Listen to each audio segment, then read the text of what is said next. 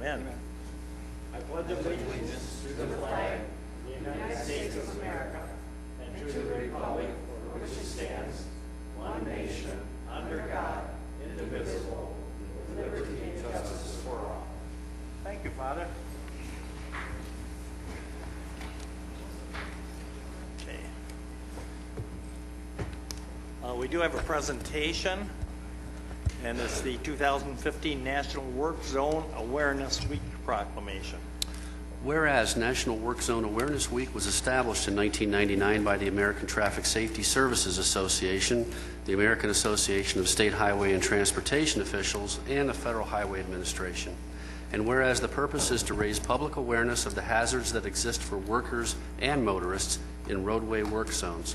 And whereas the goal is to reduce accidents, injuries, and deaths in roadway work zones. And whereas the City of Madison Heights conducts numerous road and utility construction projects within or along our public roads that impact pedestrian and vehicular traffic. And whereas these projects, while disruptive to our travel patterns, are necessary to improve and maintain our roads and utilities. And whereas the safety of our employees, contractors, and the public is the highest priority in any project. And whereas by obeying reduced speed limits and driving cautiously through work zones, motorists can help keep themselves, workers, and the public safe. Now therefore be it resolved that the City Council of Madison Heights declares the week of March 23rd through the 27th, 2015 to be National Work Zone Awareness Week in Madison Heights to raise awareness of the hazards that exist in roadway work zones and to keep everyone working or driving through those work zones safe. I believe Mr. Schaefer is here to accept this. Mr. Schaefer, yeah. Our Community Development Director, Jim Schaefer. We're happy to present this to you. Thank you.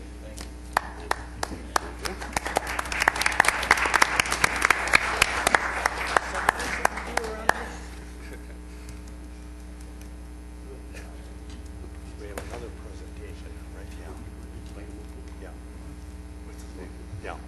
Your Honor, I believe we have our new state senator here, Vincent Gregory, with a presentation as well. Okay. Good evening.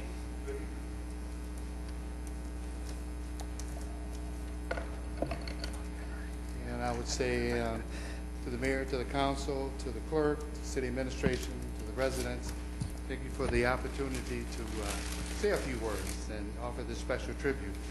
Actually, this is my first time being here, so very happy and honored to have the opportunity to be here.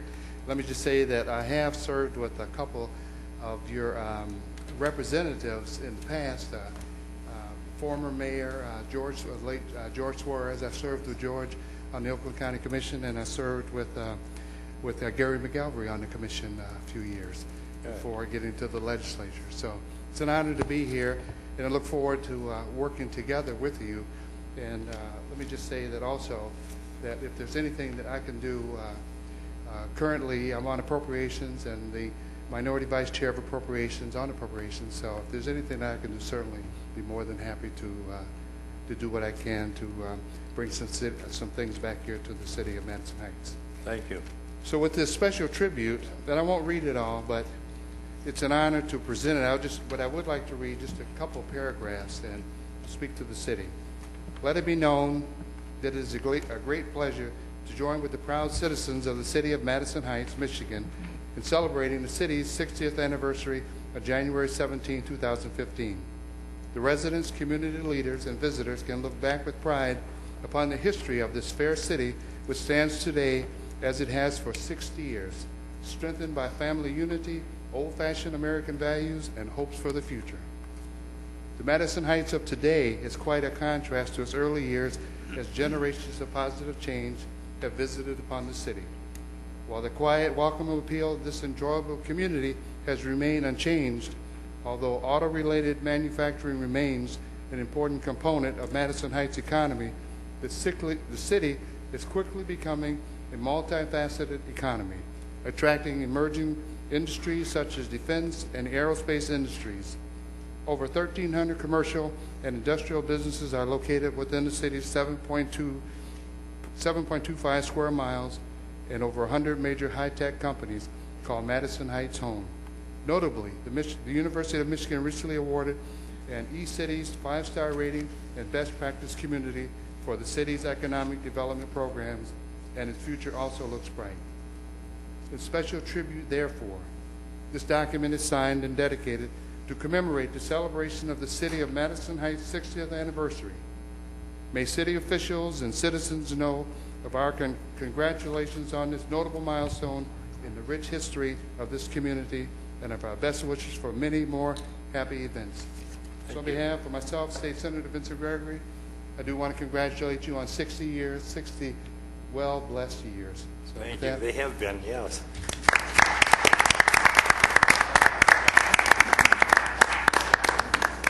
Thank you very much. Appreciate it. Yes. Thank you very much. Nice to meet you. Thank you.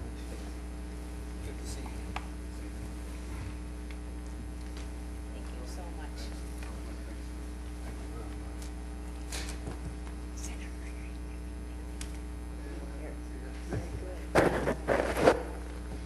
Next item on the agenda is the approval of the agenda. Are there any additions or deletions?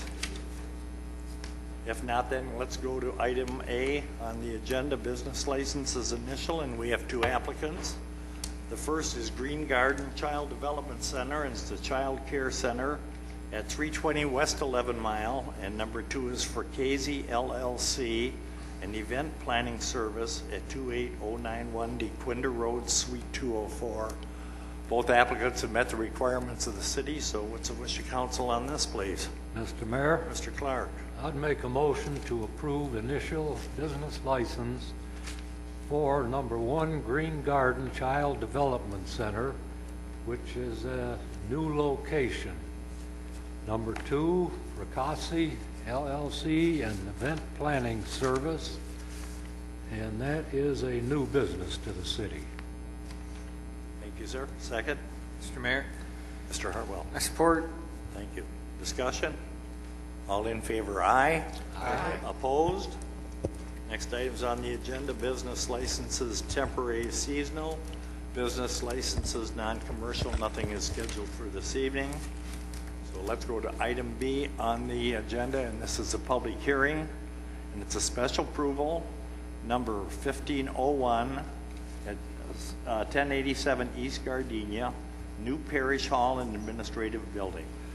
Yes, Your Honor. Special approval has been requested at 1087 East Gardenia to allow a parish hall and administrative office building in the R3 district under the zoning ordinance.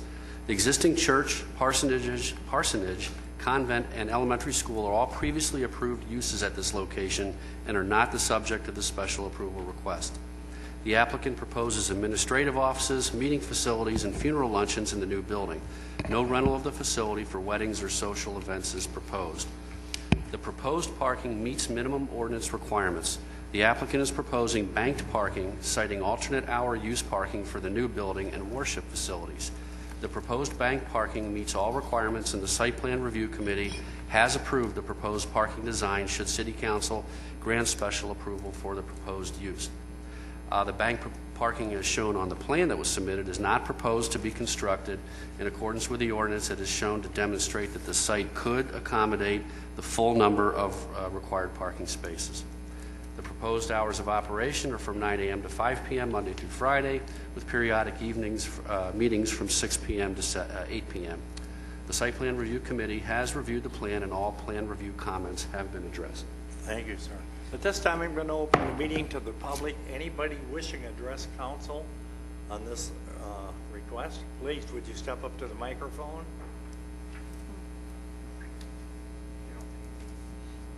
And if you'll give us your name and address. My name is Loretta Hayes. I live at 635 Heck Drive, Madison Heights, Michigan.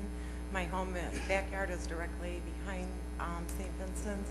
And Can you bring the microphone closer? Sorry. Yeah. I do have some concerns over the lighting, the traffic going on back there, where the buildings are going to be constructed. We are a small community back there. The parish is right in the middle of our subdivision. We are residential. We'd like to keep it that way and not have any more further buildings back there. And would like for you to take that under consideration. Good. Thank you very much. Yes, sir. Good evening. Good evening. My name is Dan Kostek, and like Loretta, I'm a resident within the community. My backyard borders that. My address, 733 Heck Drive, Madison Heights. And like Loretta said, we're concerned about the additional traffic, lighting, noise, potential safety and privacy concerns. I have a 4-foot, small fence. We've had people jump it already, so I think the additional exposure, additional people to the area could be potentially hazardous. My wife and I are expecting our first child this August, so we don't want any other undue attention to that area and undue traffic to our subdivision. So again, just like you to consider that as well. Thank you very much. Thank you. Next person, good evening.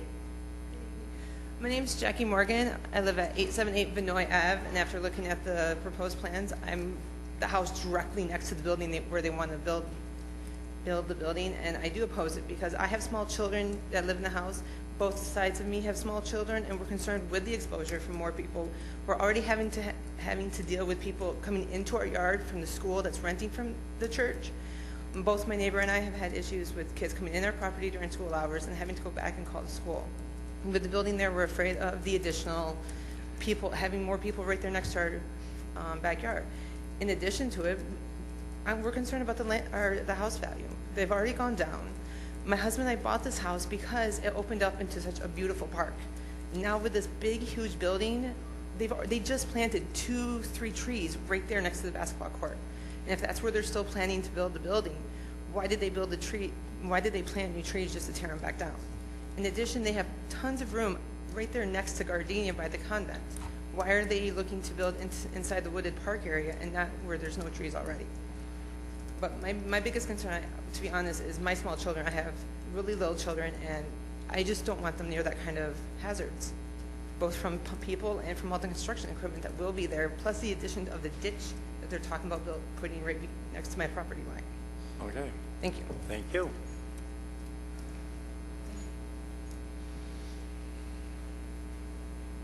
Good evening. Good evening, how are you? Good. I am one of the owners at 888 Vinoy Avenue. I also will be living right where they're planning to build this new building. There have been multiple issues, not only during school hours with parking, people parking very close to where we are on the grass, right next to the last parking spot is probably 20 feet away from our fence. I don't understand how they're going to have additional parking for this other building. When they have events there, they already are double, triple parked. People coming in and out of the church, there's just not enough space. Plus, an additional building ruining that wooded area is going to depreciate everyone's values who border that area of their homes. You know, the market just started getting better, and they have, as the previous person just said, space to build a building where they already have an entrance at Gardenia. You know, traffic from the school goes right through Vinoy every single morning. That causes issues as well, and I just don't think this plan is the right plan. If they want to add a building, they shouldn't be putting it right in the middle of this beautiful area. Thank you. Thank you. Can we have your name and address for the record? Yep, it's Olivia Pierce, Pierce, 888 Vinoy Avenue. Thank you. Good evening, sir. Hi, thank you. My name is Kurt Neiswender. I live at 1440 Lake Nipissing Road, Lapeer, Michigan. I am the architect of the project, and I, as well as Father Esper, are both here to answer any questions or resolve any of the concerns. Well, I can't directly answer all of the concerns that have come up so far. According to the work multiple meetings with Jim Schaefer and the planning department, you know, this building does meet all of the required zoning ordinance requirements, as well as the building is not very close to the neighbors. I mean, the minimum setbacks are 20 feet on the side yard and 30, well, it's on the drawings there, at least 35 to the front yard, maybe 50. The building is over 100 feet from any of the residential neighborhoods. The 3 trees that we need to take out will actually be transplanted and replanted to the south of the property. So none of the old growth oak trees will be demolished in the process of construction. And in general, the building itself is for the church alone. It has nothing to do with the Montessori school. So that's a leased tenant. So there will be actually no additional impact to the traffic perceived because this new building won't require new staff. This building is simply to fully support the existing staff that the church already has. So if that was a concern for some of the neighborhood. I don't know, I'm not here to to defend too heavily, but I mean, I'm in support of the project. I worked with the planning office to try and develop a very modest building that met all of the zoning and building ordinances, and so I think it's the most appropriate solution for the site.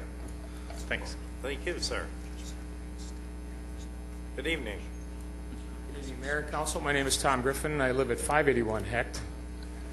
And the question that I have before Council is apparently the submission that you are considering is based on the ownership of the property today. At any point, if ownership of that property changes, is there a review process that's triggered again as far as how that administrative building would be used? Is it under any consideration once that approval has been given, is my first question. Mr. Schaefer, please, if you will. Good evening, Mayor, City Council. Good Mr. evening, Mayor, sir. Special approval grants a specific use. Should City Council grant special approval, it would be for exactly what is proposed here. If the property was sold, some other educational or religious institution could come in and utilize the site, but for purposes of this building, they would have to utilize it within the confines of what's approved under special approval, unless they came back and sought through the same process to change that. Okay, thank you. Given that consideration, I too have got some trepidation about adding a building of that size on the western end of the parking lot. Given the site plan itself, I think there was other areas that may be potentially more feasible, but I've certainly not studied the product. So I appreciate your deliberation. Thanks. Thank you, sir. Good evening. Good evening, everyone. My name is Victoria Labar, and I live at 838 Vinoy. I also back up against the property of the church. When I first moved to that area 15 years ago, I looked at three homes within the neighborhood I'm in. I chose this home because of the park behind me that belongs to the church. When I first moved in, just the church occupied it, and now we have a school, which does cause all this traffic. Again, this was not there when I moved in. Now we're considering here today a building being put up in this wooded area. There is a nuisance hazard in the summertime in the parking lot currently where kids go out and play. They're loud, they squeal their tires, they set off fireworks. I feel having a building is going to cause more loitering, if you want to call that, and more cut through from our property. They come right through our backyard, hop the fence, and go to hang out. So I am opposed to this. Thank you very much. Thank you. And good evening. I'm back again, but the previous gentleman Could you bring answered your my microphone question. a little closer? I said I'm back again, but the previous gentleman answered my question about with all the churches closing and everybody being transferred to St. Vincent's, we were worried what would become of that property if that church also would close. And we don't want to see our neighborhood changed into a commercial area back there. Good. So that was Thank my you. question, but he answered. Thank you.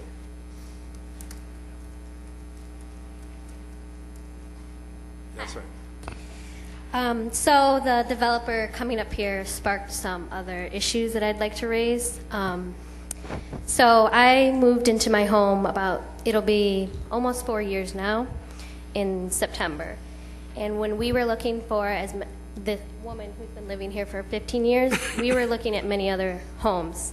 You know, the market was a good buying market. I'm familiar with the area. My mom grew up in this area. So, you know, that park is why we bought our house. we looked in Royal Oak, we looked in Clawson, we looked in other cities that have other things that Madison Heights doesn't have, but the family atmosphere that Madison Heights has is what we're looking for. I have a 4-year-old son, and, you know, just putting that building there is going to ruin it. You know, the St. Vincent's has had their parishionership grow in the time that we've lived there. There's been multiple churches in the areas that have closed. My grandparents used to go to St. Denis, now they have to go to St. Vincent's, which causes not only issues with the school, but parking from the parish.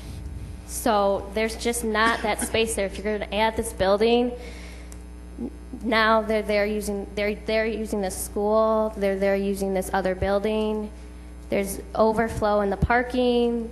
There's not only people who loiter back there. My husband and I have had to call the authorities multiple times for misuse of firecrackers, you know, kids, you know, it's just going to exasperate these issues that we have in addition to lowering the home values. And, you know, Madison Heights is a family place, and that building I don't feel like is going to. Okay. Thank you. Yeah. Hey, I just had one more thing. Dan, 733 Heck. The architect had mentioned that this building was going to be supporting current staff, and I'm just curious, where's the staff now? If they're not going to be growing, why do they need a whole new big building? So, just a question that popped up. Just wanted to throw that out there. Good. Thank you. Good evening, sir. My name's Jackie Morgan. Again, I live at 878 Vinoy. And I just had one other quick Comment. Yeah. When we received the notice about the special hearing for the property, it listed that the property was going to be at Gardenia, not bordering the Herbert Vinoy street line at all. I almost didn't come because I thought they were using property that was currently unmarked for, like, with trees or buildings or anything right there off Gardenia by their current entrance. I'm like, okay, I have no problem with it building there. But then no mention was said about building right there next to the houses and the rest of the residential community right there. And I'm wondering, why wasn't that mentioned in the notice? Because I think you would have found more families would have been here opposing this, having a building put up right there outside our backyards where we do have young children playing. And there's just my basic concern is they say there's not going to be more traffic because it's going to be a church. Just the fact that there's going to be people in that building, they're going to have people coming in and out for business purposes. There's going to be more people coming in on that west side of the property simply because of that building. They can't tell me there's not going to be. Thank you. Thank you. Your Honor, just on the one point, we do use the legal address of record for public hearing notices. Oh, okay. Yeah. Anybody else wish to address council on this issue? If not, then I'm going to close the meeting to the public. And what's the wish of council on this, please? Your Honor? Yes. I move that we grant special approval for the new Parish Hall and Administrative Building at 1087 East Gardenia. Thank you, sir. Second? Your Honor, for the sake of argument, second. Thank you. Your Honor? Mm-hmm.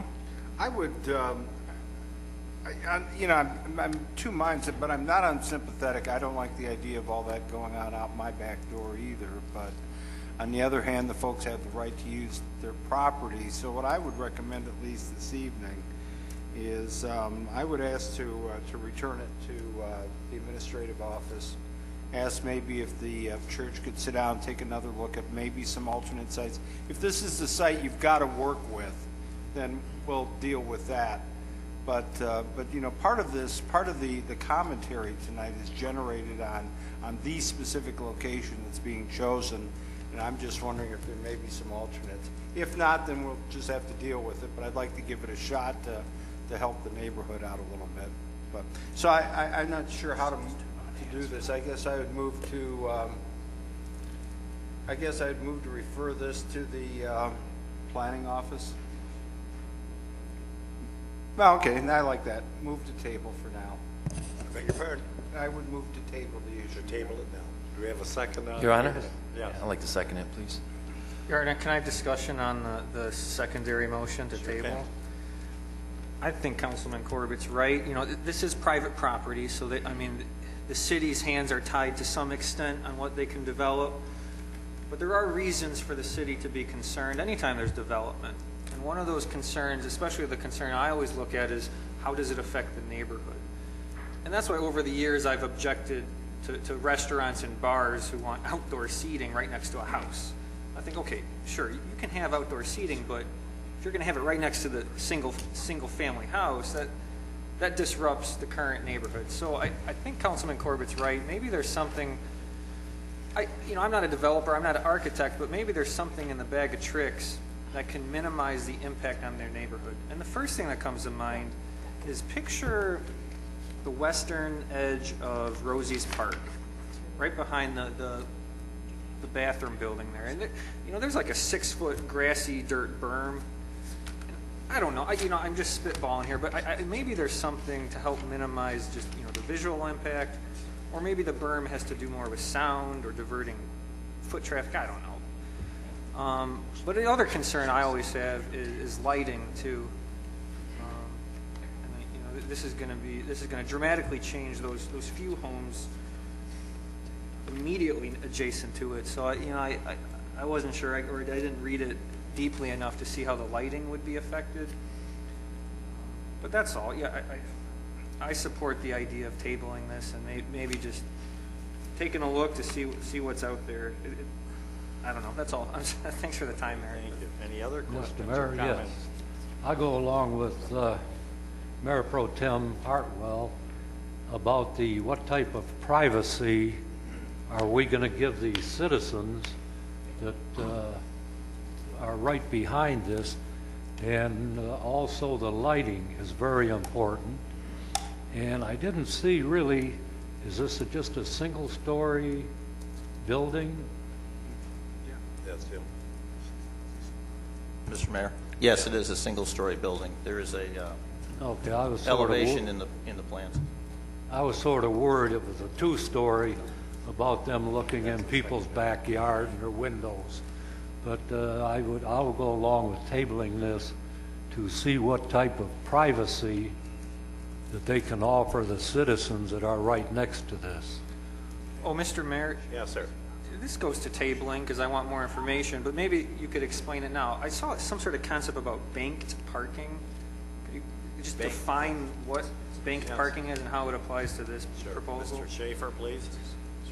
Mr. Mayor, Council, banked parking is a concept where if an applicant proposes where they have a situation where they believe they have adequate parking to accommodate uses without building additional parking spaces, they can do what's called banking it. What that means is it's shown on the plans, but it's not required at the time of development to be installed. And then if there is a subsequent parking issue or problem that is brought to their attention by the city, then they are compelled to install that parking. That's in lieu of the actual installation of that parking. In this particular instance, what they're proposing is alternate use, where they're indicating that the use of this building will be at times where there is not a high occupancy use of the other buildings on site, so that the parking can be jointly used on opposing periods of time. So when the one use is not being used or less used, that parking is freed up for the use of the other building. This is allowed throughout the city. Okay, great. Your Honor? Okay, yeah. Your Honor? Yeah. I see, Father, you wanted to, but before I just wanted to make one quick comment. Somebody had asked the question about why wouldn't there be more staff? My understanding when we were walking in, I was told that it's combining staff from the rectory and the old convent. Is that correct, Father? The current staff at St. Vincent Fair is 10 persons, and there 5 of them currently are in the parish rectory where I live. It's a very small space, and at the recommendation and encouragement of the diocese, through Archbishop Vigneron, we've been encouraged. We had a smaller building planned, and it was their encouragement that we built a building sufficient for the whole staff, so that I was not living in the same place where the staff of the parish was accomplishing their business. I appreciate the concerns and comments of the neighbors, and it's news to me, and I'm concerned that, for instance, kids or whomever are jumping fences. I was not aware of that. Obviously, we're aware of the congestion of traffic, but that's not a different use than has been the use for, how long has the school been there? I've only been there 9 years. The school's been there probably 40 years or more. And the recent Montessori school is the current charter school, and they've been there 6 years, I believe. We don't see the traffic patterns changing, so the 10 staff persons who will be working in the new building would be essentially the limitation of the parking immediate to the new building. And the coming and going business, as people do, appointments or office business, perhaps 2 or 3 at a time through the course of a workday. Again, many of the current concerns that we heard are pre-existent. For instance, I'm not thrilled with the 4th of July either. We practically have to police the parking lot because of all the fireworks. Where are those children coming from? Where are they coming from? That's a pre-existing problem that is not, I don't believe, I certainly hope will not be exacerbated by a new building. We are very sensitive, and the parishioners of St. Vincent Ferrer are very proud and attentive to the park setting. It's not a park, but it's treated as a park, and that's okay. It's not public land, but people often use it. We constantly have problems with dogs and their business on the property, etc. People constantly cut through, which is fine. It's been there 60 years. We're having our 60th anniversary in 2 years. So I do appreciate the concerns of the neighbors, and I appreciate hearing some of those concerns because I was unaware of them. We're very sensitive to the lighting, as we have been to the existing building. And as we've planned the building, I've made several comments to the architects and construction manager that we are attentive to the fact that in previous years, in the 9 years that I've been in Madison Heights, there have been various neighbors at times loitering and doing those kinds of problems. Those have been pre-existent problems. I don't know that a new building is going to exacerbate that. I'm sensitive to the concerns, and we've tried to plan for a building that is appropriate to the space, whereby at the same time, as far as possible, being sensitive to the park-like setting. Again, I'd be happy to address concerns. In my awareness, the parish has not essentially grown significantly in many years. The Catholic school that was there was closed 11 years ago, 2 years before I came. The numbers in the school at that time were less than 200. We have at this time a very successful charter school, which we're very pleased to have, which makes the traffic a little more congested at various times of day. Again, with the bank parking, as was appreciatively described, we are sensitive to the parking and concerned that it gets no more congestion than it is, but those are already pre-existing conditions. I do appreciate the concerns, and if I can give better insight into that, I'd be happy to do that. Thank you, sir. Mr. Mayor? Yes. At the present time, there's only one entrance to that new building, correct? Off of Herbert. There's an entrance off of Herbert. There is also the existing entrance off of Gardenia, but you are more correct that if people are coming to the new building as proposed, the singular entrance would be off Herbert. Thank you. Mr. Mayor? Yes, ma'am. First of all, I wanted to thank the residents who came forward tonight to express their, it looks like a consensus of displeasure at this building. So I wanted to pose some questions first. Are there any time restrictions on this project? Do you have a date planned that you would want to open or start construction? We are continuing to develop our plans with the hope of beginning construction as close to June 1st as possible. Okay. We'd like to complete the building by Christmas time. Of this year, 2015? Correct. Okay. All right. Anything else? And yes, my other question is, For the motion, Mr. Corbett, you made the motion, and you seconded Mr. Mayor Pro Tem Hartwell. Would you consider putting a time restriction on when this should be tabled to? Mr. Mayor, Yes. motion to table is to an indefinite, for an indefinite time period. That's, I understand that, and that's why I'm asking, do you want to put a time or date on Your a Honor, limitation? it can be pulled off the table at any point, including 20 minutes from now. So I guess you don't, I mean, unless you want to reschedule a date, if that's what you're saying. But other than that, it can be brought off the table at any point. It would be carried on the old business, I think, wouldn't it? Yeah. That's correct. But in the meantime, we're letting a lot of people hanging. The residents who are waiting to hear what's going to happen, and the architect who has plans. Okay, I mean, So I don't know I who would you're like going to to hear help from with that, them. but yeah, okay. Because of concern of the fact that table has no ending date. And these people are going to be hanging all this time wondering what's going to happen. So do we want to designate, maybe talk to the architect and find out when they would like to bring it up for discussion and a decision made? If Well, not, actually, then... that's their responsibility to approach council again, that are report community development. Okay, so by making a motion to table, we do not have a definite date when it will be brought back, and I want everybody to understand that. Right, yeah. So the As long parish as and it- the architect is free to resubmit plans for the next council meeting? Yes. Mr. Mayor? Yeah, I was I thinking. mean, I have the same question, indefinite. Yeah, I think Do that we would put be a our, do we tough- scrap our plans? Do we put them in the closet? Well, what does that mean?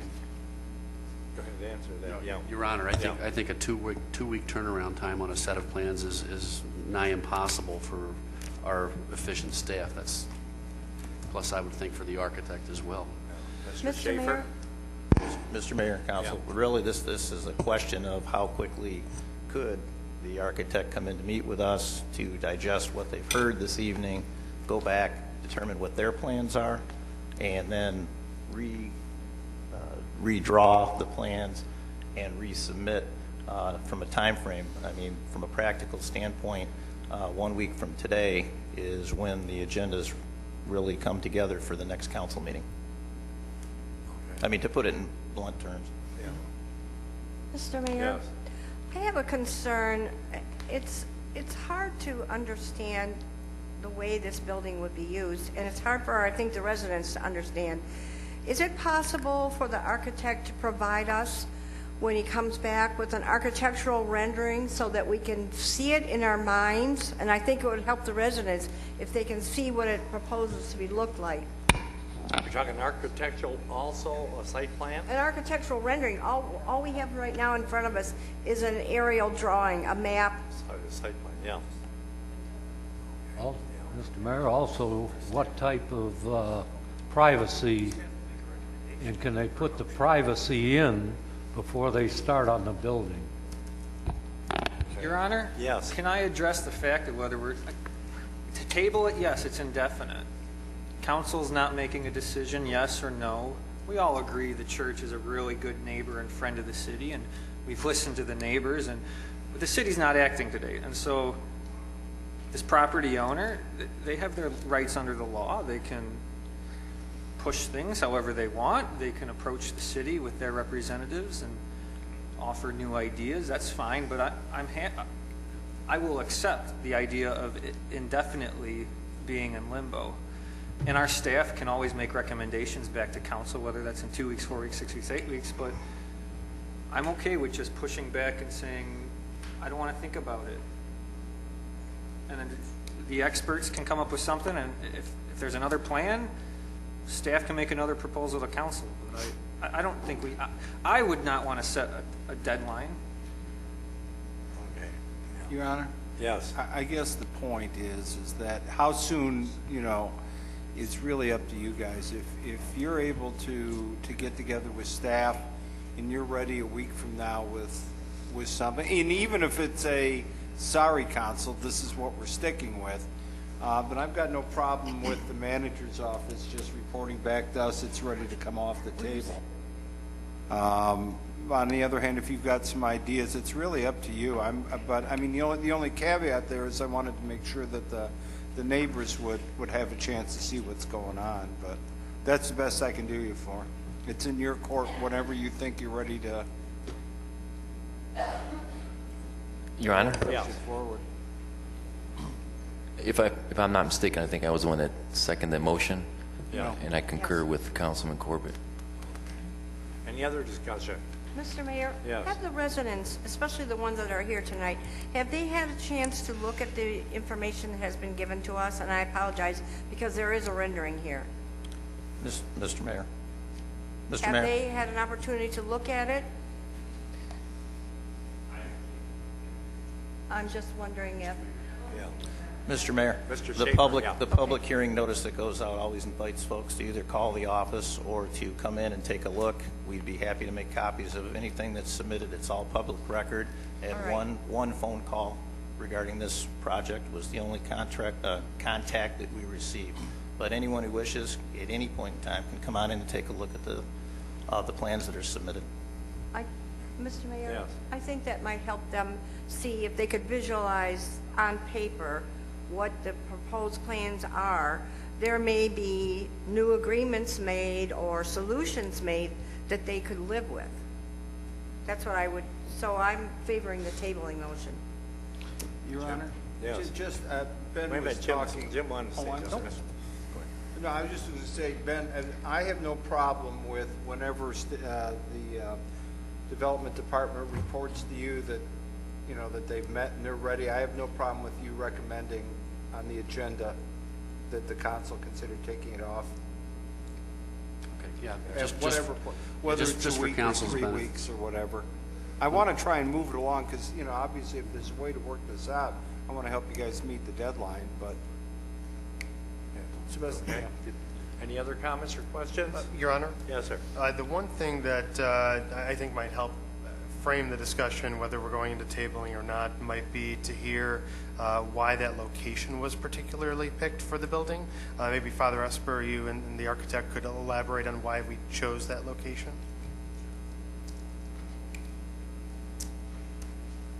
Kurt may have another thought. We did look at the present-day convent for a renovation, but because of the excessive costs and the style of building, it made more sense to use the dollars that we have to put up a new building. Subsequently, the convent will continue to be in use, so given the need for administration and parish fellowship and meetings, a new building really has been a long-time need of the parish community, and given the layout of the site, we felt that given that the convent in its present position, we'd have to take down the convent to place the building there. Not knowing the mind of the community, it would be an expense to take down the building with the hope of building a new building, not knowing what the reaction of the community would be. Okay. Financially, Elaborate, please. In addition, and with all due respect, yes, Father Esper is correct. The first iteration was looking at that convent building, and then the diocese that has been working with Father throughout this entire process recommended that we do explore multiple options before we even present to you. And I was under the assumption that the citizens would have been delivered a floor plan or some of the drawings. In some municipalities that happens. So anyway, so what we did do for the diocese is we explored the convent area as one option, the current site as proposed as one option, and then two options attaching to the existing church building itself. And then through that exercise and a presentation to get approval from the diocese, it was determined that the best solution was the new building, given the campus setting of the site, that it's one large contiguous parcel, and then with the church and existing fellowship on Fellowship Hall on one side. The most idyllic solution would be to place the new building opposite the parking lot, still, well over 100 feet away from your neighbors, and it created a more campus-like setting that took all the people that are working for the church out of pastor's house and moved them to a new building. So, I would appreciate. I will try and do my best to turn around whatever drawings you guys need to understand the full scope of the project. But we've already explored 4 options under this current design, and so I'm not really with the diocese support that we've already have, our own office's design capabilities. The current site is our consensus ideal site for this project, and so I can prepare renderings and anything that might help the citizens out. So Thank you, sir. This building is going to be used all day and night. It's going to basically be used during the day and in the evening for meetings. Is this Yes, correct? as mentioned, it will be used from 9 to 5 for regular business. Right. And then 2 or 3, 4 nights a week, perhaps more, for small faith group meetings, etc. Luncheons, perhaps once, twice a month in the meeting assembly luncheon area. The building is not designed, nor is it intended for a large flow of people, as the current rectory. Simply does not. I mean, 1 or 2 people will come in and drop off envelopes. They'll do mass business or sacramental business. There'll be different appointments coming, 1 or 2 at a time. There's not a large flow of traffic going through this kind of building. Right, yeah. So that's why we've had several conversations with the architect regarding the parking, the banked parking, and as we look at the numbers of the parking, we don't see the flow of traffic changing much at all. Good. All right, thank you. Okay. Any other Thank questions? you. Yes. Your Honor, just one more clarification. So I attended grade school at St. Vincent's, and I live close to Herbert, and my drive-in the morning, I get a lot of that traffic. Just as clarification purposes, this in no way will increase traffic from the school. This is not going to be a used site with the Montessori school. This is strictly for the parish itself, and with traffic that's already existing, it's just going to be moved to that area of the parking lot. That is absolutely correct. The school, its teachers, its students, none of the school personnel or students will use this new building. Okay. All right, good. Your Honor? Yes. Well, it seems to me that you said it's ideal for your situation, but it doesn't seem like it's ideal for the residents. I applaud you for coming out today, that vocalize your opinion. Yeah. I mean, I don't. Just a minute, Judge, please. Right. No, I respect what you're saying. I don't live right in that area, but I respect that you came out and voiced your opinions. Okay. Any other questions from council? Public's not allowed to speak now. You've already had your chance. I want to know about the detention dish that was in the plans between my house and the new building. There was mention of a drain. Yeah, they'll talk with the architect on that. Yeah. Huh? Okay. All right. Thank you. Any other questions from council? Your Honor? Yes, sir. For me to see another report from staff, it'd be very helpful to follow the standards under our ordinance for special approval. And I'm just looking at our ordinance. I see 9 different subjects that the council is allowed to consider. And I'd like to see, maybe an itemized list. At least that's helpful for us because we're lay people. The neighbors, we're lay people. We're not experts. So if you could break it down by the ordinance, for example, explain how this would have, changes the nature and the intensity of the neighborhood, how pedestrian and vehicular traffic changes, or just things like that. I mean, that breakdown would be better than just a recommendation saying, council, you're wrong, sludge ahead. If that could be itemized. Anybody else? Mr. Mayor? Yes. Procedural point, and that is the vote is on the substitute motion first. Right, that's correct. Yeah, so we do have a motion to postpone from Councilman Corbett, a second by Councilman Soltis. Motion to table. To be tabled, yes.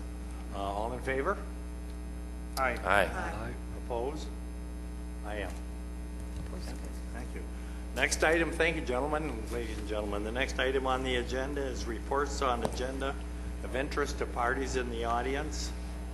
And there's nothing on that, and meeting open to the public. Next item, communications, item C, nothing. Oh, yeah. Yeah, at this time, just a second, we do have meeting open to the public. Anybody wishing again to address council, please feel free to do so. Hello, my name's Gloria Moore. I live at 27368 Dartmouth. Friends of the Madison Heights area senior citizens wants to wish Madison Heights and the council a happy Easter. Okay. Thank you. Anybody else? Thank you, Mr. Mayor, for picking me. Yes, sir. My name is Kenneth Thwaite, Thweatt. Live at 27700 Rush. I'm from the fantastic city of Madison Heights, and thank the entire workforce from Madison Heights for being a fantastic city. The seniors are being raped, yes, raped, on the May 5th proposal. It's no secret seniors don't drive as much, and many don't drive at all. This tax should be totally on gas. Seniors will take a large decrease on their fixed income, yes, fixed income, if the proposal passes. This proposal is being handled like a Christmas tree. Many things are being attached. What happened to the road emergency? I have seen every tax increase get lost for what it's for. The question is, where is the money the state has taken in? The state is using the scare tactics. I believe the roads need to be repaired, but 1% don't seem like much. The state will take in approximately $2 billion. If this passes, we will be put in the second highest state in the U.S. sales tax. The state gave the city of Detroit $195 million in rainy day funds. This proposal needs to be read completely.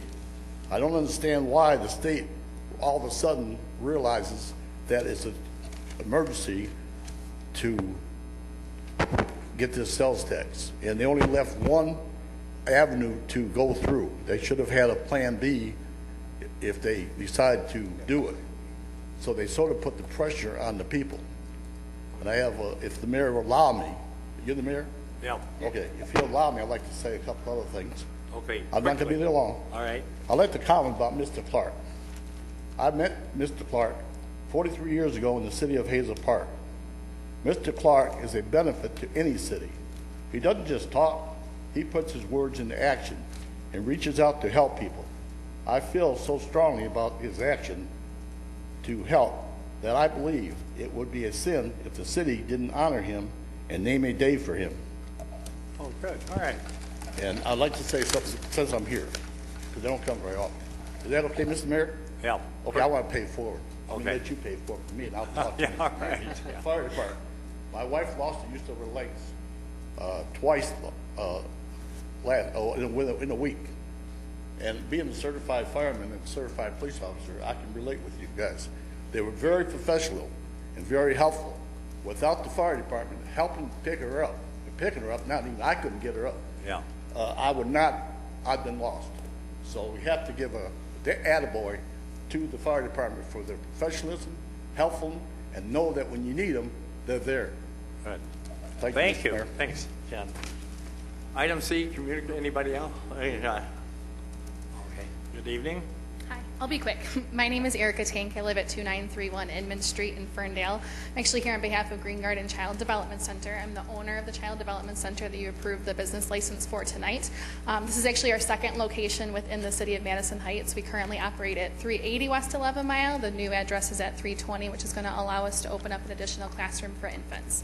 We're very excited to continue to grow and operate in the city of Madison Heights. We've been here since the summer of 2012. We've had a wonderful, almost 3 years now. We're very happy to be a part of the community within Madison Heights. Green Garden is a unique program to the city in the fact that we're an earth-friendly program. We serve all organic food and use natural cleaning products and take a lot of efforts just to minimize our footprint on the earth and just to be as earth-friendly as possible and to share that with the children that we serve. We're also an educational program in the fact that we're meeting the needs of the individual children, helping them to be successful in every area of their life, including a successful transition into kindergarten when the time comes for that. Our new location, as I mentioned, is opening at 320 West 11 Mile. We're hoping to be open in early April, just basing on some licensing finalizations that we need to make with the state. We are having open house this Saturday, and we invite all of you to come and see our new space and meet some of our staff. We'll be there from 10 a.m. to 2 p.m. this Saturday. I also like to announce that we are hiring early childhood educators to join our team. We're happy to already employ 6 wonderful teachers that live in the city of Madison Heights, and we're seeking some additional teachers, and we'd be happy to hire more individuals from the city to join our team, and anyone interested can come to our program anytime to fill out an application. I just want to thank you all for your time tonight and for letting Green Garden continue to grow in the city of Madison Heights. So, thank you. Are you the young lady I met in the restaurant? Yes. Okay. Anybody else wish to address council? If not, then let's move on. Oh, yes. Good evening. And name and address, if you will. Hi, my name is Fran, and I live at 38216 Medville in the city of Sterling Heights. My question is, and I don't know if it's the proper time or not, is I rent hall space over at 876 Forest Brown Drive twice a year for a children's consignment event. I had come to the city of Madison Heights and asked for a sign to be erected in front of a building at 711 East 13 Mile Road. I had permission from the landlord to have the sign placed there. I had him fill out the proper paperwork. He signed it. I went to the city clerk's office, and I never got a phone call back as to whether or not the sign could be approved or not. Are you This talking? event- Pardon me? Go ahead. Finish, yeah. This event will take place twice a year. I did have permission from the landlord, and the landlord, his business is in the city of Troy. So I don't know how I would go about allowing this to take place twice a year, to have a sign erected. And I'm paying for the sign. I mean, I thought I went through the proper channels. Am I missing something? Yeah. How many signs are you talking? I'm talking a sign that would be rented from, like, there's a sign similar right now at Augie's, and it would be printed on both sides. Okay. So I came in with the information and got it. Mr. Mayor? Yes, sir. What you're talking about is a temporary sign that's proposed to be off-site, and off-site temporary signs are not permitted if they're within the right-of-way anywhere within the city. What folks sometimes do, and it sounds like they've sought to do this, they will go to an adjoining business and ask to use one of their permitted temporary signs. We do not regulate content of sign. We just regulate the number of signs. So if that address has available temporary signs, and if they wish to allow someone else to use that, then that property owner needs to fill out the application, come in for a temporary sign application to the Community Development Department, and you get it there at the counter. My phone call wasn't returned. It's kind of disappointing.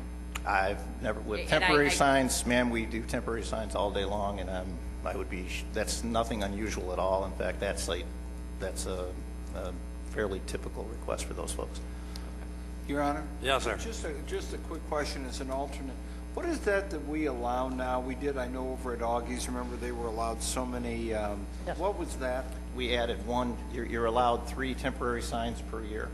Under the previous code, we now allow 4. We increased it by Oh, 1. that was all that was there? That's It correct. seemed like it was a lot more displayed there. That was it. Oh, okay. And for grand openings, we also allow an additional, if it's a grand opening. Okay. Okay. All right. All right, thank you. Thank you. Anybody else wish to address council? Okay. If not, let's go to item C on the agenda, communications.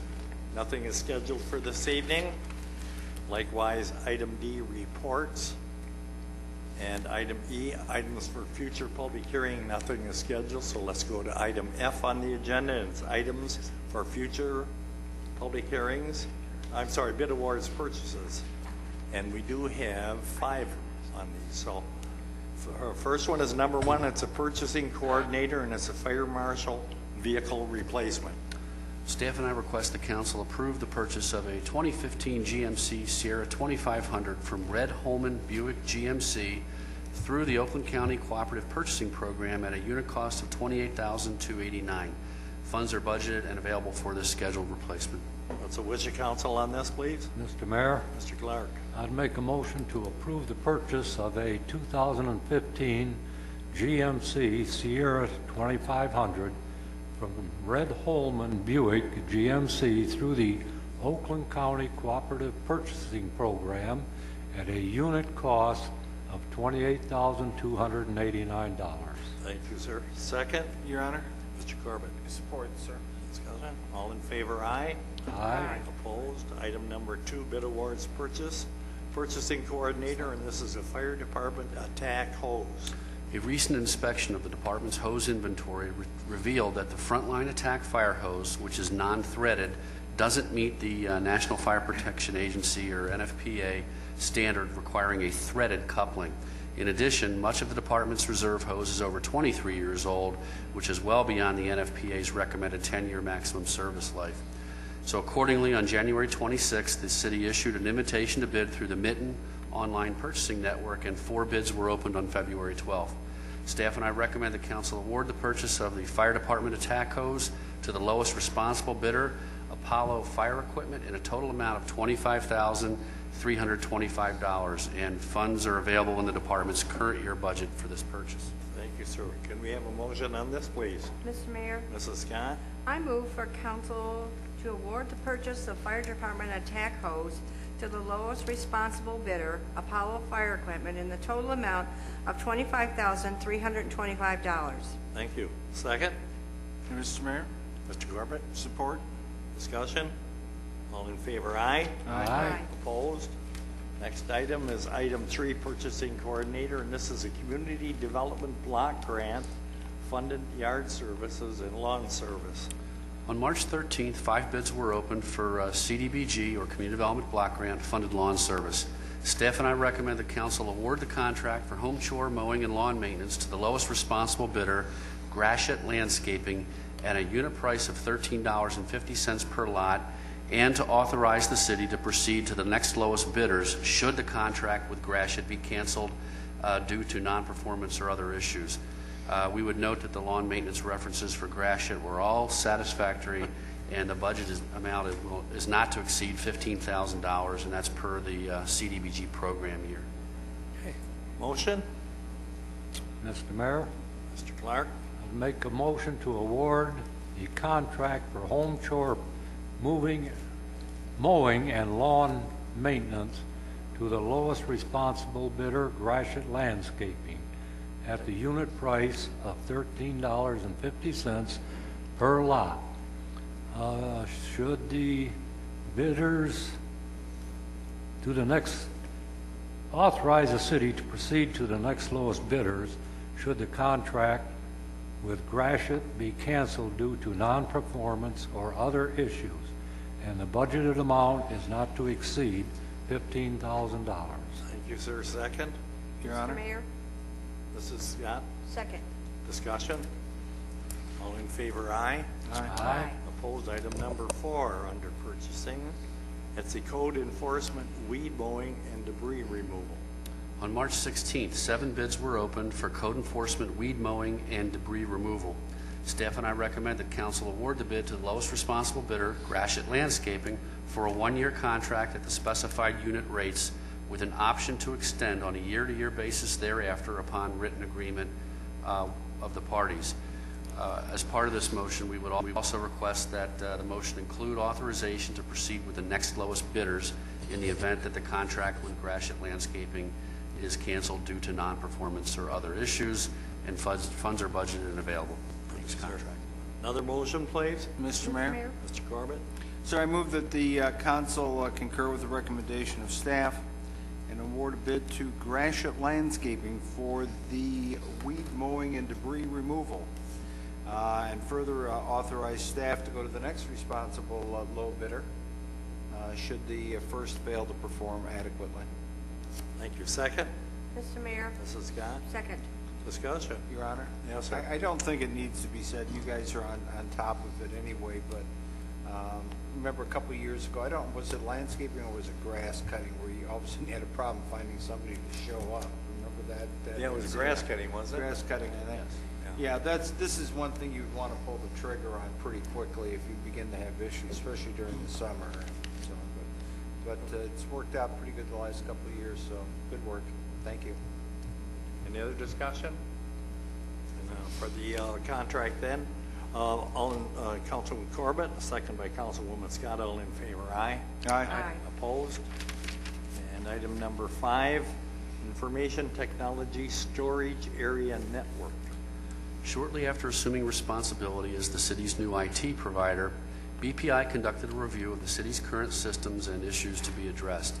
The majority of these issues are being addressed in the upcoming proposed budget. However, one issue that is of immediate concern is the need to address a number of unreliable and unstable computer servers through the installation of a storage area network, or SAN, which would be consolidating a large number of physical file servers into a smaller number of physical hosts systems using a concept called virtualization, where these boxes would be hosting instances of the virtual server.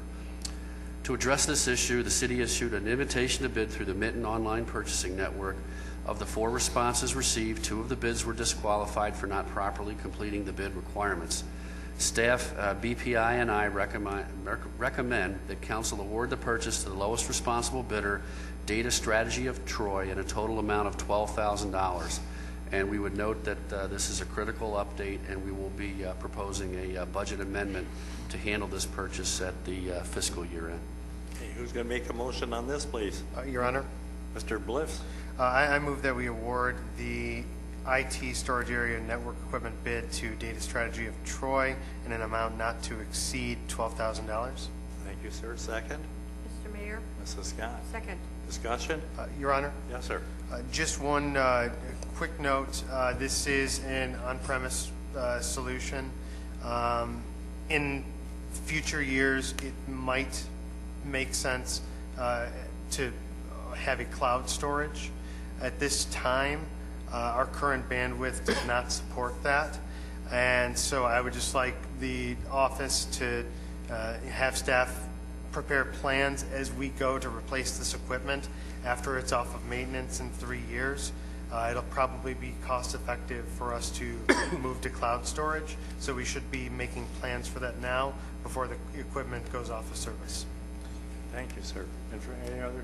Your Honor? Yes. Actually, a question for the councilman. Can you put some parameters around price on that when you say it's prohibitive?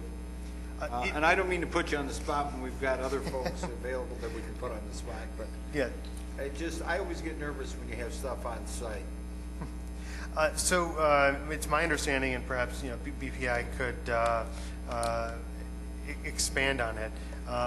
Cloud costs on this for the same amount of storage would be about what we're paying, but those costs drop every single year, and so we're actually getting a really good deal on what is great equipment. They did a very good job bidding this out, in my opinion.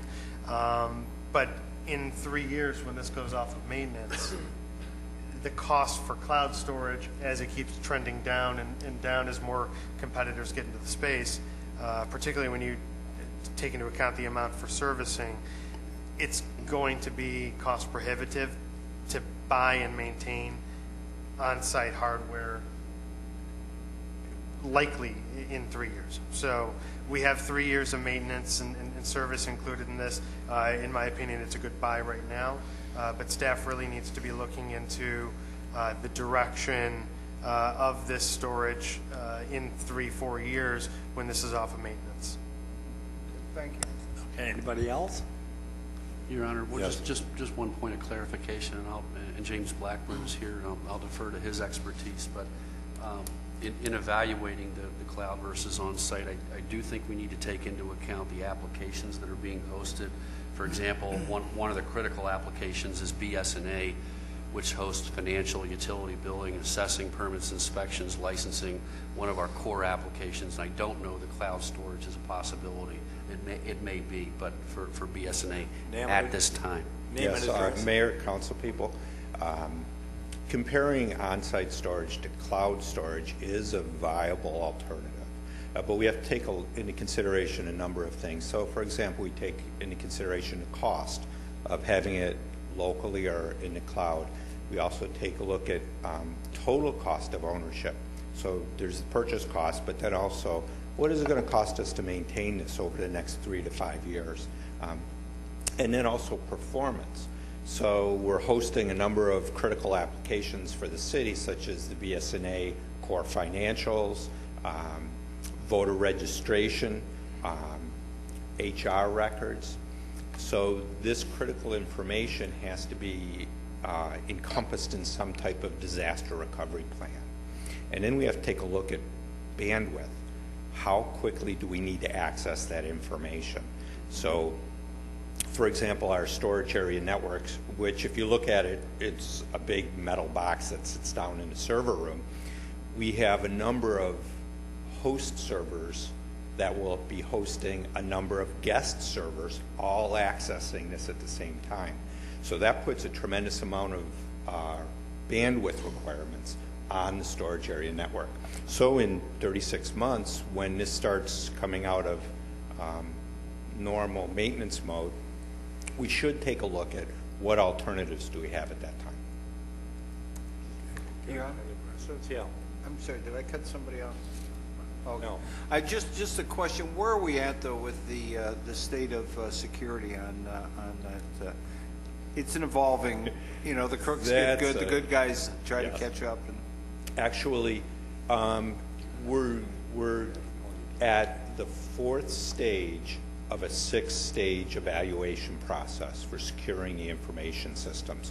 So we did an initial assessment, which took us up through stage 3. We're in stage 4, which is the evaluation of those assessment results and coming up with mediation requirements to resolve any security issues. The nature of sharing information about security issues, I don't think this is the appropriate forum for that. No. I'm asking in the most general of terms. In the most general terms, at our next department head meeting, which I believe is a week from Wednesday, I'll have the preliminary results from the security assessment to be able to share with the rest of the department. Is it your evaluation that in 36 months we would be in a better position to migrate to, for example, a cloud-based storage? I'd consider that. I'm asking in the context of security. I would consider that fairly independent of security.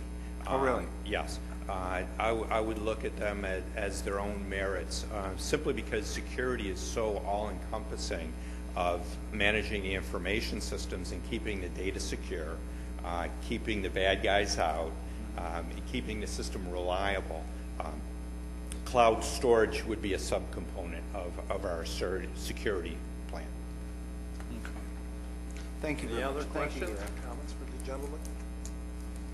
If not, we do have a motion from Councilman Bliss for the purchase of the information technology storage area network, and a second by Councilwoman Scott. All in favor, aye. Aye. Opposed?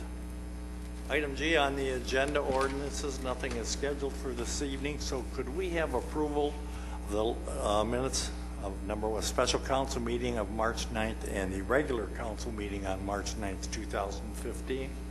So we could have the first one for the special council meeting of March 9th. Your Honor. Mr. Hartwell, yes, sir. Thank you, Mr. Mayor. I move that council adopt the minutes as printed from the special meeting of March 9th, 2015. Thank you. Second? Your Honor. Mr. Corbett? Support, Your Honor. Discussion? All in favor, aye. Aye. Opposed? Number 2 for the regular council meeting of March 9th. Your Honor. Yes, sir. I'd like to make a motion. Let's see. I move that council adopt the minutes as printed from the regular council meeting of March 9th, 2015. Thank you, sir. Second? Your Honor? Mayor? I'm sorry. Mr. Corbett? I'd be more than happy to second that again. Okay, thank you. Discussion? All in favor? Opposed? Unfinished business, we have nothing scheduled. Appointments, I don't see any applicants on any of the appointments. Does anybody Your have any Honor? recommendations, please? I thought I saw an application floating out there for the Crime Commission, which is a mayor's appointment. Do you remember who it was, or? The applicant's name, yes, was Grant Sylvester. I don't know if that just hit our desk. It may be too fresh. I don't know. If you didn't see it, then we'll wait. There's no rush. Yeah. Has the clerk seen it yet? It was an information. Does that ring a It bell? was in the information, yeah, we saw it. Well, okay, yeah. Here we go. It's on there, okay. So it was vetted? It's up on screen now. Yeah. Mr. Sylvester came in on March 9th for Crime Commission. Okay. Your Honor, but he's been properly vetted through the, I beg your pardon? Yes. Yes. oh, go ahead. And it looks like we have 3 terms. Yeah. So, want a motion, you want to make a motion on the appointment? I mean, Mayor's it's a appointment? mayor's appointment, okay? Okay, second? Oh, I'm sorry. Yeah. I would like to recognize the mayor's appointment of Grant Sylvester to fill one of the vacant regular seats on the Crime Commission. Thank you, sir. Second? Your Honor, and I'd be more than happy to second. Thank you, Mr. Corbett. Mr. Mayor? Discussion? Mr. Mayor, we need to specify the term because there's 3 different Oh, terms. that's, okay, yeah. Which term? The longest serving seat. Okay, Your Honor, that would be Yeah. September 12th of 2017. okay. So moved. All right, good. Mr. Mayor, Yes, sir. the second. Yeah, Absolutely. Thank you. okay. All in favor? Aye. Opposed? Okay. Unfinished business, nothing. And any other appointments, suggestions from council for anything? If not, then let's go into closing comments as we always do. And Councilman Corbett, we will start with you, sir, if you don't mind. Ben, I'll do that third. How's that? Beg your pardon? Go ahead, just leave it up there and then we'll talk. We've got a low-tech experiment tonight we're going to try out. If it Okay. doesn't work well, then I'll just have to come see these guys to come straighten me out. A couple of quick items before that, though, Your Honor. I wanted to comment on, we've talked a bit about the open access question, and a lot of things have gone back, the open carry, I'm sorry. And there was one thing that kind of caught me off guard I wasn't aware of, and I'm really not so much at the moment talking about guns, carry, don't carry, have them, don't have them, not into that. What I found shocking was that there's some sort of doubt out there whether or not the schools have the right to stop somebody from walking in. I don't care why. My point is, whether they got a gun or not doesn't bother, that's one issue. I'm just concerned that there was some discussion that the fellow wanted to go into the school. He said, I'm a taxpayer. And I'm talking about that incident, of course, on 13th. There was some question as to whether or not he could actually be kept out of the school. Now, wait a minute. I don't care about that one issue. I'm just concerned about the idea that anybody can walk into a public school in the middle of the day just cause. Now, I got a problem with that. If you're not a student, if you're not a teacher, if you're not a vendor, if you're not a worker, then I'm not sure about that. And I would hope, I know that the administration is considering a letter to the state representative. That I've got a problem with. The schools have the right to maintain a secure building.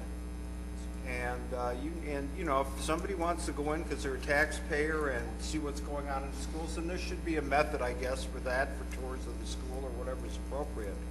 But just because somebody shows up at the door at 11 o'clock on a Thursday morning and says, I want in, does not strike me as reasonable.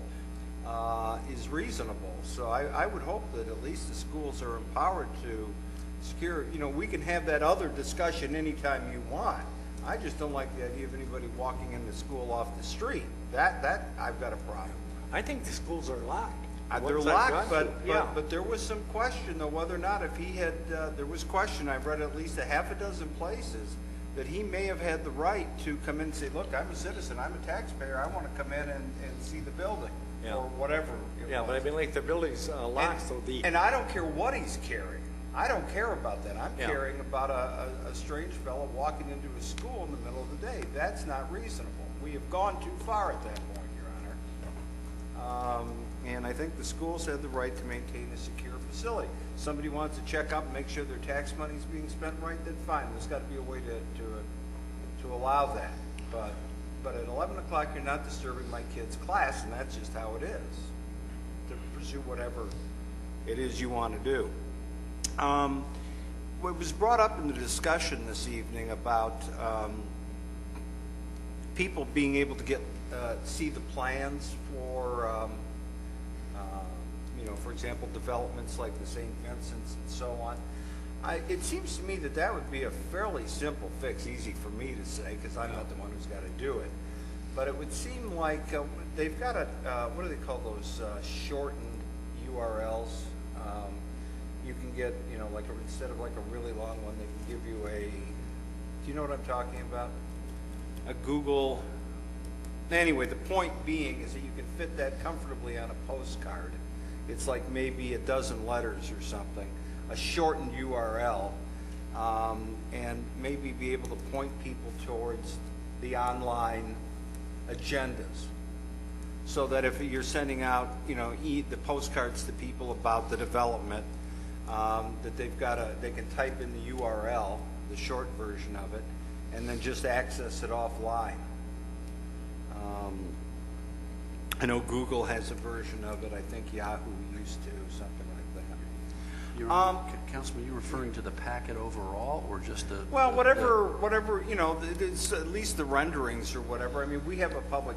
Because certainly all the plans were included in the agenda packet. Oh, yeah, well, then that would be it. Well, you know how, like, when we get our agenda package on the computer, we can click and go directly to a specific topic.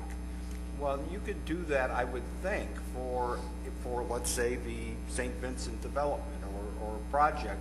And so a citizen sitting at home types in the URL, and they can go directly to that project, which has the renderings and the staff reports and so on. Yeah. I don't know. I made it overly complicated, but the point is, instead of like some big, huge URL that you'd have to sit there and type in 40 letters, you can get a shortened version. It's just a couple numbers, a few letters, and out. Your Honor, or just MadisonHeights.org with a reference. Well, A okay. PDF, yeah. It didn't work before. I'm just saying.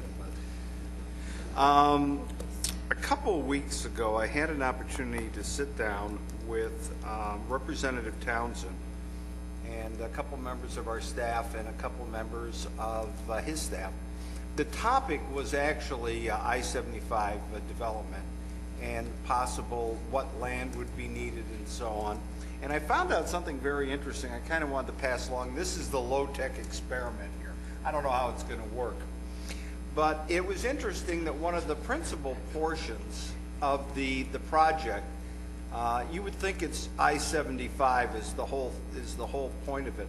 Actually, this intersection at 696 and I-75 is a significant part of that development. The plans are for that, and the reason is, I didn't know this, when they built 696, it was expected that most of the traffic coming off 75 would be going east. I think I'm going east, aren't I? Yes.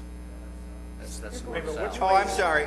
Which way is north? North is at Yeah, the top. I'm the Eagle Scout in the group, right? North is at the top. Yeah, okay.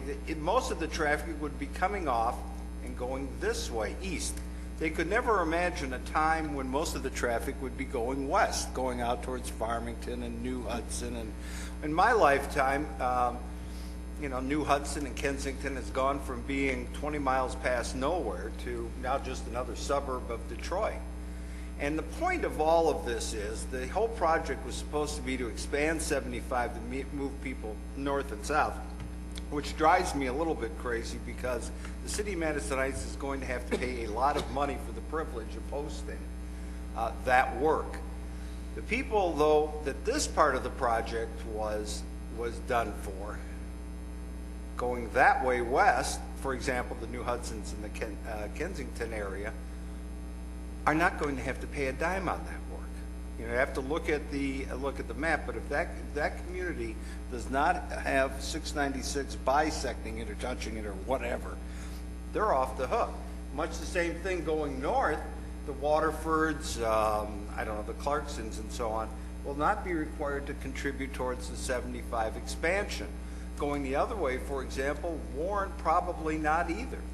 Certainly not Centerline, Roseville, Fraser, yet certainly it's going to help move their population from Detroit out.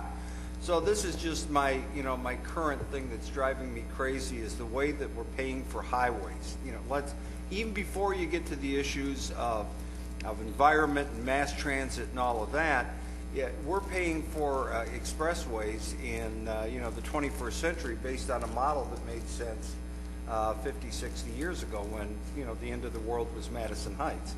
At least that's what my grandparents told my parents when they moved out here back in the 50s, that they had gone well past civilization. So, but anyway, that was the whole point of that. You are looking at one of the prime drivers of the entire expansion right there. It isn't just I-75, it's that intersection right there, which our Madison Heights residents had the privilege of paying for, at least in part. Well, you got the money yet, so you can pay for it. But, yeah. Well, I would go on a graphs. Yeah. You know, we've had this, oh my gosh, before, but with John Austin, we were on I-75 at Fort, right? Larry was there. I mean, for how long? Years. Yeah, years. 10 years ago we were on all of this and everything. Yeah. And they come up with good ideas. I don't have a problem with the idea. I've just got a problem of us paying for somebody else's. Yeah, but this is still, what, 2019? Well, no, 20. 2020 is when I don't have to worry about it. Yeah. At my age. That's all. Thank you, Your Honor. Thank you, sir. Councilman Bliss. Yes, Your Honor. Just a couple of things really quick. Number one, to piggyback on Councilman Corbett's comments, we actually had a lot of success in the park survey with a QR code. So potentially putting in a QR code into the packets sent to the residents, along with some clear instructions on how they can access the building plans, just to make it a little more visible. It seemed like the residents in attendance, even though they had access to it, they didn't really know where to go to get it. So perhaps putting in a QR code where it can just take them right to it on their smartphone would be advantageous. Also, would just like to really quickly thank Senator Gregory for dropping by to honor the city for its 60th anniversary. Welcome him here, and hope he comes back frequently. Thank you, sir. Mayor Pro Tem Hartwell. Thank you, Mr. Mayor. Just one quick item, just to give you an update on the Crime Commission. We received that application. This is from a young man who has a day job, family. We received this application because he's excited about the potential reforms to the Crime Commission. The Crime Commission's been around for 40 years, and they lost sight of their purpose just a little bit. So the Crime Commission sat down and went back to their founding ordinance and saw that there were 6 reasons why the Crime Commission exists. There are 6 subjects that the Crime Commission should study. The types of crime in the city, issues on probation, issues on court fines. And so the Crime Commission thought, hey, instead of just showing up once a month and just chit-chatting over subjects, let's be specific. And so the Crime Commission has proposed for this council to consider some reforms. That's coming down the pike. But it's exciting. The Crime Commission is going to be leaner, meaner. They're going to study more issues on the crime situation in the city, and I think the council will be really proud of their work, and maybe some recommendations will come from them. But that's all. Thank you, sir. Mr. Sherman. Nothing this evening, Mr. Mayor. Thank you. Mr. Myers. No, sir, nothing tonight. Ms. Prinz. Yes, thank you. Yes, ma'am. Election time. I just want to say that absentee ballot applications are available in the city clerk's office. If you need one, please call our office at 583-0826. And also the last day to register for the election, if you're not already a registered voter, is April 6th. Thank you. Thank you, Councilman Clark. A couple of things, Mr. Mayor. Councilman Corbett's interest in the schools. I know at Lampier High School, Russ McKenzie, the athletic director, is designated. If somebody comes into the school with the open carry, he is there to assist him and walk with him through the school. For the parade committee, they are putting on an all-you-can-eat spaghetti dinner Friday, March 27th from 5 p.m. to 9 p.m. at the Royal Oak Masonic Lodge. That's at 850 Horace Brown Drive. Adults 13 to 54 is $10. Seniors 55 and older is $8. $6 for children. Children under the age of 5 are free. Believe me, the Memorial Day Parade Committee really needs this. So if you can, stop by and have a dinner. Thank you, sir. The Senior Center on the 7th of April, the 14th of April, the seniors can receive tax assistance. There will be somebody there that day from 9 o'clock to 10 o'clock each day, but you have to call and make an appointment. The 2015 Golf League for the seniors will begin Tuesday, May 5th, and will run 16 weeks. Men play at Sunnybrook and Sterling Heights. Cost there is $9 per week. If you don't play, you don't pay. Women play at the Red Oaks in Madison Heights. You will need to pay for the entire 16-week season. Cost there is $176, paid in full at the Senior Center by April 10th. So just to let you know, if you're interested in playing golf with the seniors, I've done it for a few years and I really enjoyed it. Are you going to golf this year? I've been thinking seriously of trying it. Just one other thing, I had a birthday party yesterday that my daughter and son put on for me, and it was the best time I've ever had in my life. Every member of my family was there, my kids, my grandkids, and my great-grandkids. It was really terrific. That's all. Happy birthday. Thank you. Thank you. Councilwoman Scott. Yes, Mr. Mayor, thank you. Why weren't we invited? But I did want to acknowledge the fact that you did have your birthday on the 21st. That was last Saturday. I know how old you are, but you got to be nice to me because I'm not going to tell anybody how old, how young, I should say. When you're going to the spaghetti dinner on the 27th, if you have little children, there's also going to be another event that same night between 7 and 8:30, so you could go to the dinner beforehand. The Lanphier Drama Club is going to be putting on a play the last week in April and needs to raise funds to pay for the costumes, etc. And they are going to have a Princess and Pea show for any child who would like to dress up as a princess. It will be held at Lanphier High School, and it will be, like I said, from 7 to 8:30 p.m. So it's just a short evening, but it'll be fun for the children. And I know that if you could look on the Lanphier site, you'll be able to see some information about it. Also, to let you know, for high school students, Congressman Sander Levin is sponsoring an art competition. And if you are the winner in the state, and you have a good chance, you could win 2 round-trip tickets to Washington, D.C., where you'll be honored, and your piece of art will be held in the Capitol building for a year. So there's more information about this. Like I said, this was for high school students, but if you would like more information, you can go on levin.house.gov. And if we could put this on the city website, I'd be happy with that. We could do that, some publicity for him. Last week, I was not present, and so we're going to have a little catch-up here with our trivia quiz for the 60th anniversary. The question that you were pondering over for at least 2 weeks was who was our first mayor? And your choices were A, Virginia Solberg, B, George Suarez, C, Lloyd H. Ferguson, or D, Bill S. Huffman. And if you could please put the answer, the correct answer is C, Lloyd H. Ferguson. Now, he only served one term, so that's why you may not have heard of him, because this was back in 1955. All right, I also have a question, and this would be for the week, well, the week that I missed. Again, you can find the answers in the book that's been published.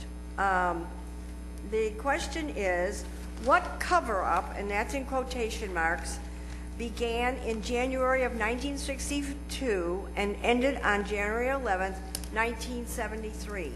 Your choices are A, the covering of the Red Run drain, B, the Madison Gate break-in, C, the capping of the incinerator stacks, or D, the Rosie Parker scandal.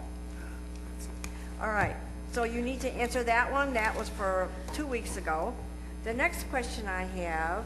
This is like school. We got homework. Yes, I know. Well, if you're the mayor, you better know these answers, Mr. Mayor. The next question I have would be for tonight. And the question is, what two civic buildings were completed and began operation in 1964? Your choices are A, Lamphere High School and Simons Elementary School, B, City Hall and the library, C, the library and the Oakland County incinerator, or D, the old fire station and the jail. And you will find this in the book on page 37, in case you want to buy that book. It'll give you lots of answers. And I'll make sure that these are put on our website and the answers will be following. Thank you. Good questions. That's all, Mr. Mayor. Thank you. Councilman Soltis. Thank you, Mr. Mayor. I think the gentleman tonight brought up a good point about proposal 1, tax, maybe paying, making the seniors pay a little bit more of the unfair share. I think I encourage everybody to take a look at that proposal, that tax increase, look at both sides. I just want to read a brief article from Detroit News. There's some opinions. Tom McMillan, who's the chairman of the Concerned Taxpayers of Michigan, said the state government needs to do more to repair roads and bridges without increasing tax on already a tax-worthy populace. We could fix those problems, he said, without taking money from other people's pockets. There's no argument that the need for more money for full road funding, the legislator needs to do more of their job and prioritize the money they have now. They don't need to be taking more. He also cited the MDOT's failure to hold contractors accountable for poor workmanship on the roads and invoking warranties to repair problems. So that's some good opinions. Macomb County Executive Mark Hackle said on Monday that I can't say no to it because it's sorely needed, but I think it was the wrong way of going about it. He also said that he doesn't like how the lawmakers are asking voters to solve the state's chronic underfunding for the roads and bridge repairs instead of doing it themselves. And I thought it was interesting, Oakland County Executive L. Brooks Patterson recently told the Detroit News that he's not advocating a no vote, but I'm sure as hell not leading the parade seeking its passage. So, again, I encourage everybody to read up on them, both sides of the issue. And I want to thank our fire chief sitting over there in his department for all the community help that you do. You guys are wonderful. Soon my son will finish his tenure at the Fire Academy, and I'm very proud of him. So, thank you. Thank you. I just have a couple of announcements. Yesterday, Elaine and I celebrated our 63rd wedding anniversary. How's that? And 2 weeks ago tomorrow, I had the opportunity, the pleasure of presenting the State of the City address. I've given quite a few of them. But this last one seemed, I don't know, it was so upbeat. It was positive, informative, and you think of the accomplishments that the city had with the flood and with the snowstorm, and it's a good reflection on our whole group, but DPS especially. These guys really worked, you know. But it was a nice speech, and I was very pleased to give it, and it made me feel good to do it, you know. Okay, and the other is, if you're walking your dog in the park, take a plastic bag, but put the stuff in the plastic bag, okay? Any other comments or questions? All right, thanks everybody for being here. We will adjourn.